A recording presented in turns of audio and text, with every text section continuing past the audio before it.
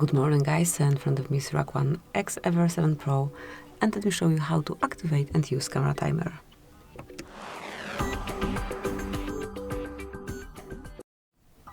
So at first, open your camera app.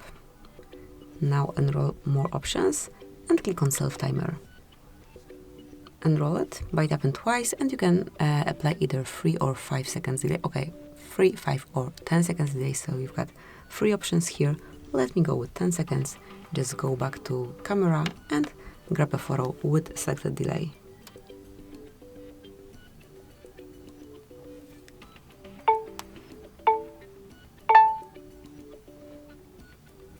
And that's it, that would be all. Thank you for watching. Please subscribe our channel and leave the thumbs up.